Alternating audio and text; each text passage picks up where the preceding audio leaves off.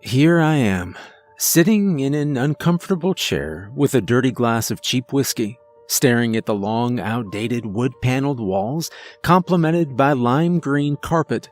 This motel should have been knocked down when I was a kid. I look down slowly at the phone beside me. A small smile starts to creep out of the corner of my mouth. This is what I've been waiting for. Your room looks nice, man, but I can't see anything with those blinds in the way.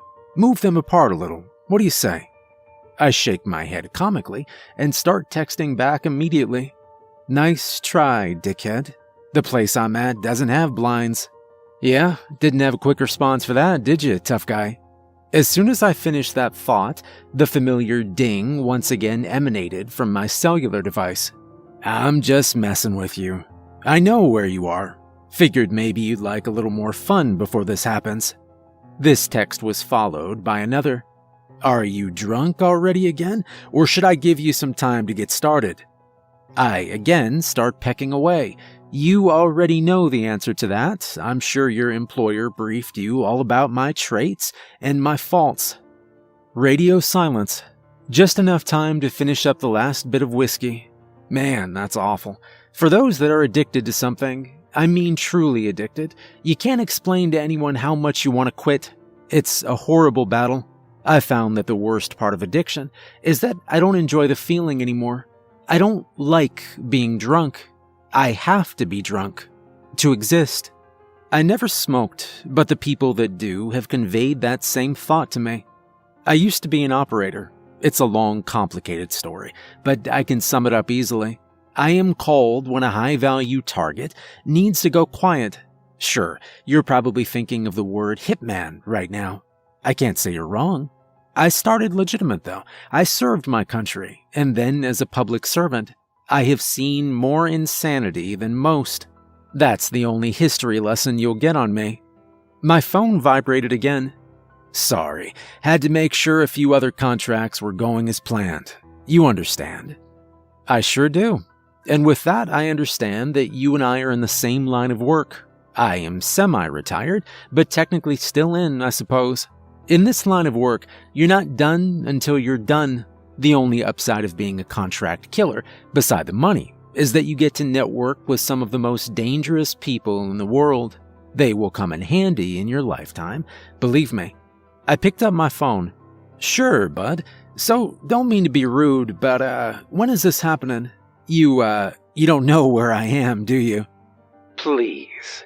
I already told you, I'm just playing with my food for a bit. Okay, sure. Keep stalling. Are you a professional or not? I am. I'm doing this for fun, though. It's more of a hobby. Bullshit. Just come get me. I'm ready. I didn't want to let on that I really was enjoying myself, but I'm ready to go. I've seen and done everything I could imagine.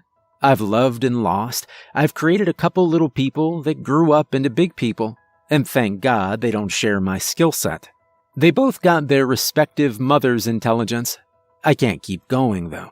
I'm sick, mentally and physically. Since I know my time is limited anyway, I wanted to hire someone to hunt and kill me.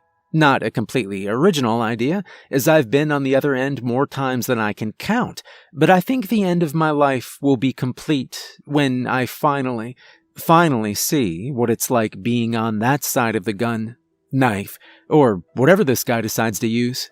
My ad didn't state that the murder weapon had to be anything specific. So this is my suicide note. Some poor housekeeper will find my body. Hopefully it won't be too disgusting. Guess it depends on what they choose. Honestly, not ideal, but I would of course rather have a stranger find me than anyone I know. And I'm in a dingy motel on the bad side of town. They deal with this all the time. I've contributed myself. I have to say earlier that I was bluffing, and I'm not entirely sure if my hitman was bluffing too. I said he didn't even know where I was, but truthfully I'm not sure. He could have been right outside for all I know.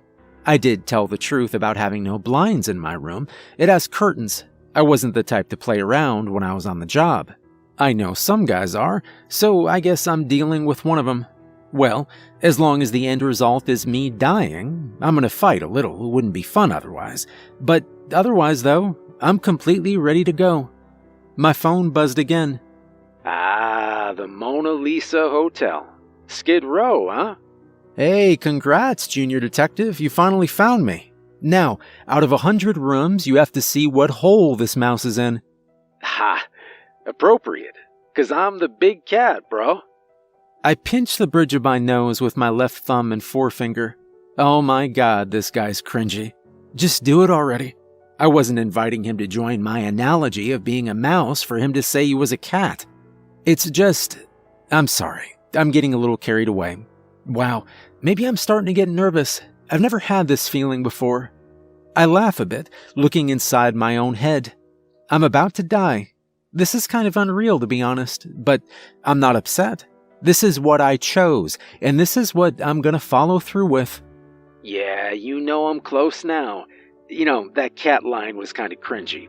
Sorry. Ah, a self-aware hitman. You know, it won't take me long to find out what room you're at. Do you want to just make it easier for me? Alright. Tell you what, I'll play a game with you. I see that's your kind of thing. The room number I'm in is my favorite baseball player of all time. I don't know if he'll get this, but I did drop a few hints when I was making the arrangement with his employer, a well-known hitman that is very precise, a hitman that I trust and should choose the best man for the job. I couldn't ask him to do it because he's too old and too well-known to me. I need the killer to be a stranger. I made reference to not only my favorite player, but actually dropped the number in the email at least twice, if I remember right. As it's established, I drink a lot, so my memory is about as good as a chimp. Hey, fantastic. Give me a second, I'm gonna consult my sources. I assume that means he has to go back and read the contract from his boss. I don't blame him. Better than blindly guessing and bursting into every room here until he finds me. Ken Griffey Jr. Damn, that was fast. I'll be there soon. Clever. I'd be lying if I said I was disappointed he knew the answers so quickly. I wanted him to know. But I actually spent a lot of time on that little Easter egg. I guess it's easy if you're a baseball fan, but I assumed whoever was going to kill me was a younger man. And since baseball isn't popular, well, you get it. And Ken Griffey Jr., the man with the sweetest left-handed swing I've ever seen, hasn't played ball for about 11 years. I guess I'm glad he figured it out, though. Time for another drink, maybe my last. You know, I think your boss picked the right person. I won't play around any longer. No more puzzles or banter. Yes, I'm in room 24. It's unlocked. I sat there, just staring at my phone. I eventually turned it over on its face, just to relieve me of the pain. I won't be here much longer. I pulled out my last meal from the Rite Aid bag on the biohazard known as the bed, a Reese's Pieces cup package. That's all I want, and it's perfect for this occasion. It's simple, clean, and of course delicious. My phone buzzes again. A thumbs up emoji. I stared into the wall for a moment, probably longer than I remember, slowly getting out of the chair, feeling like my spine and knees will completely give out. I made my way to the shower. No point in worrying about how disgusting the room is now. I'm gonna cleanse myself, like the Spartans did before a battle, like they did when they knew that they were destined to die. I don't have any olive oil to rub all over me. I tried to think of everything, but in my current state of mind, I think you can forgive me. After a long shower, the bathroom is foggy with steam. I step out, wipe off a small spot on the mirror just to see my own eyes. The eyes that have killed, destroyed, hurt, but alas, the eyes that have helped, loved, and hurt. No time to get regretful or sentimental. I'm dressed, I'm ready. I go back to my chair. I'm in the furthest corner from the door. I want to watch all this go down. My phone buzzes, but I don't look at it. I keep my eyes focused on the entrance. I need to see the person responsible for taking my life. After all, I've paid a huge fee, and they better be worth it. All right, fine. If you won't answer your phone, I'll just talk to you like cave people used to communicate. I hear coming from outside the room. Yeah, we can do that. We can talk like civilized people before we find our conclusion. I half yell. But there was no more talking. The door seems to disintegrate as some type of explosive charge rocks my room, and probably most of the building. The window next to it even shatters. I temporarily shield my eyes from the debris. When I lower my guard, open my eyes, I see my son, ready to kill me. Well, that's not how it exactly happened. I did die that day. I died right after the first text came in. As I was replying to the question about the blinds, the guy came in and almost choked my head off. Not that exciting. I hired him. I was the employer, I know that. What I don't know is where I am right now. I can't tell if I'm in heaven, hell, or purgatory. I relive this day every day. I think this is my punishment. The worst part is believing that my son would be happy to kill me. Maybe he would. I thought I had questions in life. I didn't know how many questions you could have after death.